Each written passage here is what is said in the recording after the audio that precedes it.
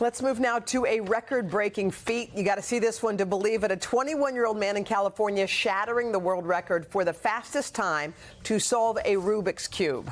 Take a look.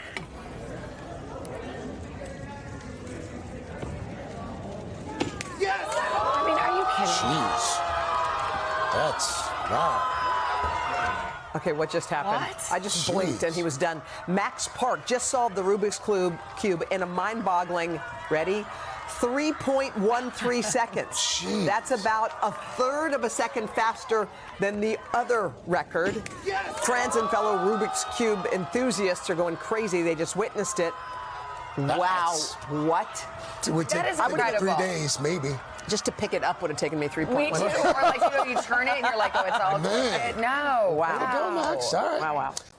Hey, thanks for watching. Don't miss the Today Show every weekday at 11 a.m. Eastern, 8 Pacific on our streaming channel, Today All Day.